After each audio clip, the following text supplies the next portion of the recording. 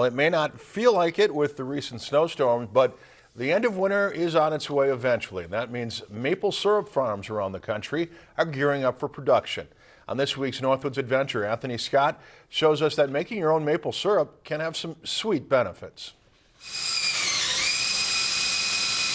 We're about the western side of the world. There are no maple trees much west of here. Ah, maple syrup. There may be no better way to start your day than with some rich golden maple syrup drizzling onto your pancakes. But did you know that you can easily make your own maple syrup right here in Minnesota? You can make syrup, out of 1 or 2 taps and boil it on your stove, or you can, make 100 gallons. You could, whatever you got time for. All you need is maple trees, a drill, some taps, a hammer, a collection bucket or bag, something to boil the sap in, and the perfect weather. Perfect conditions for sap production is 40 degrees and warmer during the day, and it has to freeze at night.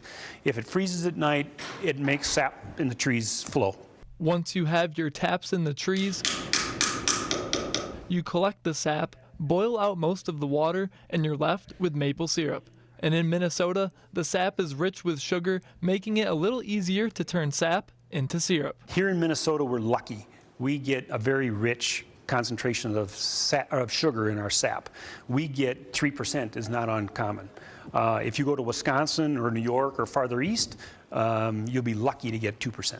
Here are 2 bottles of maple syrup that came from the same type of tree, but the color is vastly different because of the time of season the sap was drawn, and that results in a completely different taste.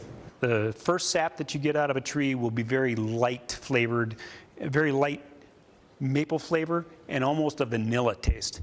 The sap that's produced at the end of the season will be darker. The syrup will have a rich, heavy maple flavor to it, and you won't taste any of those vanillas and stuff in it.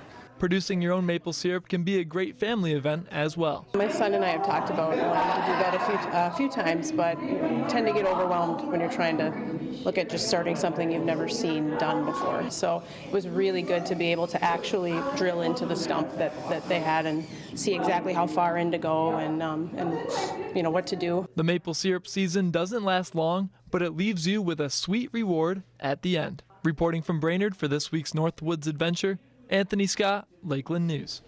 If you enjoyed this segment of Lakeland News, please consider making a tax-deductible contribution to Lakeland PBS.